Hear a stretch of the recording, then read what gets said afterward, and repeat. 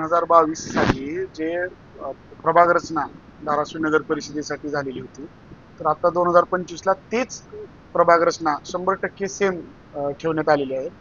मग त्या प्रभाग रचनेनुसार 2022 साली प्रारूप मतदार यादी येऊन त्याच्यावर आक्षेप होऊन जी अंतिम यादी आली होती, म्हणजे 2022च्या प्रभाग रचनेनुसारची यादी आणि आत्ताचे प्रभाग सेम आहेत. आणि आत्ताची जी प्रारूप यादी तयार करण्यात आलेली आहे, तर या प्रारूप यादीमध्ये प्रचंड प्रमाणात मोठ्या प्रमाणात तफावत आहे. उदाहरणादाखल आम्ही 2000 प्रभाग क्रमांक 14, प्रभाग क्रमांक 15, तर 14 नंबर प्रभागामध्ये 8156 मतदार आहेत दाखवले आहेत प्रारूपमध्ये, आणि 15 नंबर प्रभागामध्ये 1635 मतदार आहेत.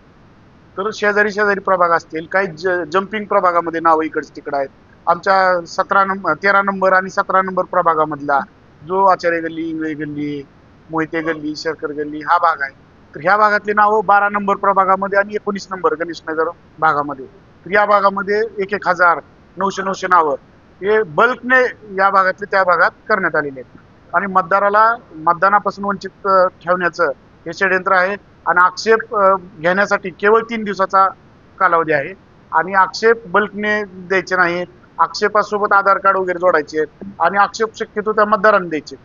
तर 93,000 मतदारांनी तर आपले नावं शोधण्यासाठी त्यांना 4 प्रभागातल्या याद्या तपासाव्या लागतील, आणि मग आपलं करेक्ट प्रभागात कुठं नाव आहे त्यासाठी अर्ज द्यावे लागतील.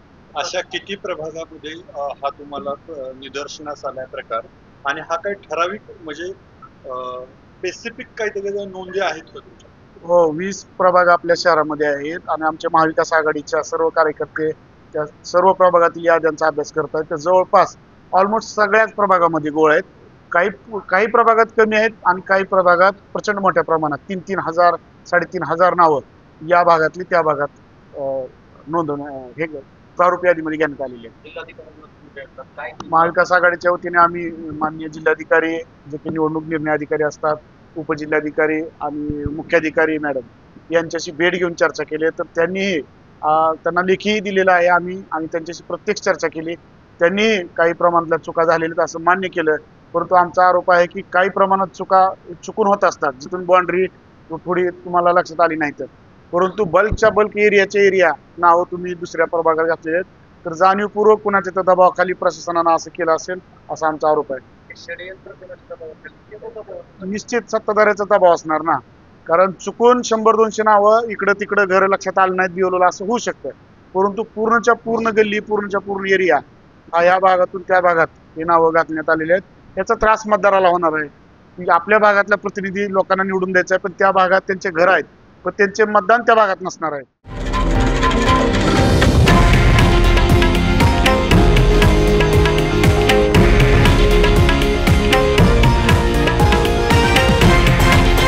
हे आहे देशातील नंबर 1 न्यूज नेटवर्क, आणि आपण पाहत आहात TV9 मराठी, एकमेव.